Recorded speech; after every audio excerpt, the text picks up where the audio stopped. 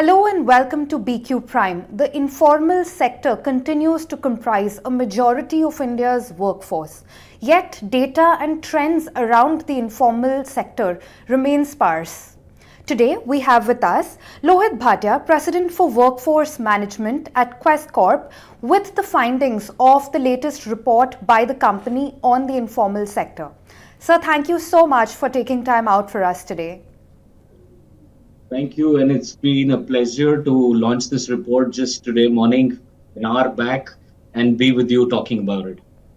Great. So, sir, the report published by the organization indicates that an increasing majority of those in the informal sector are aware of the benefits of formal sector employment and want to be a part of the formal sector, even if it means a slightly lower salary, because they continue to see the long-term benefits that formal sector employment brings, more so after the onset of the pandemic and the hardship that the sector faced amidst the pandemic.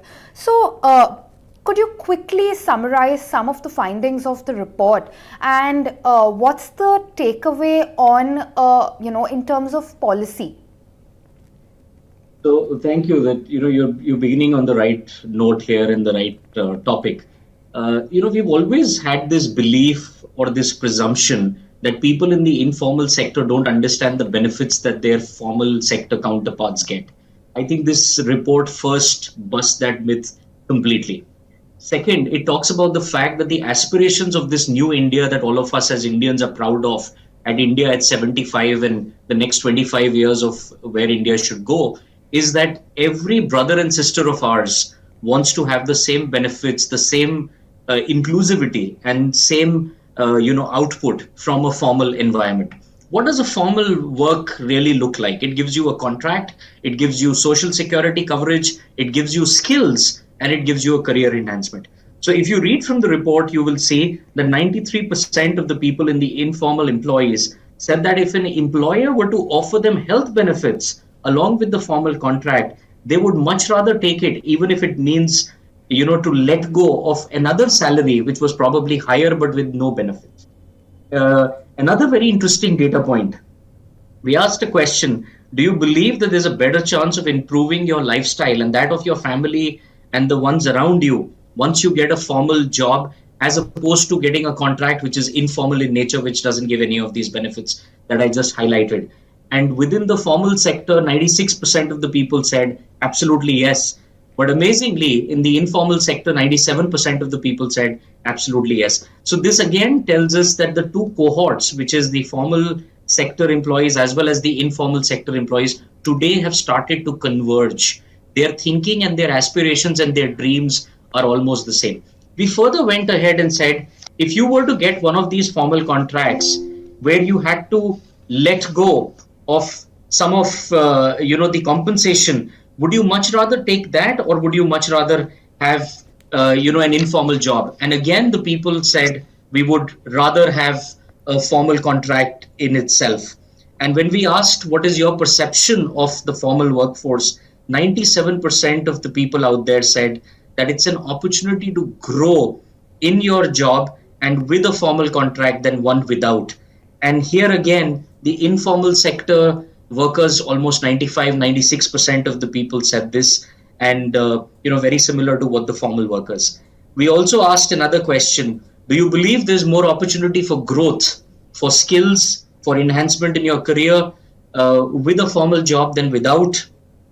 Again, the informal workers between the strongly agree and agree segment were 86% of the informal workers against 92% of the workers in formal sector. So I think somewhere or another, the informal workers are today starting to mirror image what the formal workers are thinking and wanting with their life and the aspirations that they have in front of them. So, we continue to have extremely foggy data, very limited data on the informal sector. Is there any indication of whether the informal sector has been able to overcome the challenges it faced during the pandemic? Like any indications of how the informal sector is performing at this point? So, there are various data points and reports which come out. One obviously is the unemployment report which comes out, the PLFS data comes out, the Employees Provident Fund Organization, the government's body for Provident Fund and Social Security comes out with a report. The difference is that most of them talk to different cohorts of society. The PLFS data talks to the entire population, whereas EPFO talks only to the people in the formal workforce. And that is the point that we are trying to raise, that more and more people are wanting to transition from the informal to the formal because they clearly understand that a career is for 35 or 40 years, a job may be for just a few years. And if your career is for 35 or 40 years, you don't want to start and end 35 or 40 years later exactly at the same point. Last year, when Quess crossed the milestone of 500,000 people, 500,000 employees working for its customers, we went back and saw our own data. And we realized that in a 12-month period, we had added over 300,000 people, of which 147,000 people had got a UAN number for the very first time. Mind you, these were not people with 18 years of age that they had just yesterday, come of age that they could take a job. Many of them were way over 18. They were 20, 22, right up to 25. And this was the population which was earlier in the informal segment without any social security benefits. And today they had transitioned to formal workforce. Employers' Provident Fund data also proves and shows that every month nearly 40% and more people are coming to the formal employment for the very, very first time. And I think that's a transition which the government, the policy makers, the stakeholders must keep looking at how we can aid that transition if people want that transition to happen.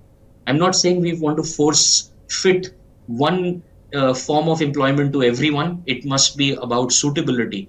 But at the same time, it must also be opportunity which exists to everybody. And it should not differentiate between the people who live in informal society today, that they don't have this transition to come to the formal society as well. So thank you so much for taking time to share your insights with us. Stay tuned to BQ Prime for continuing updates on all things economy.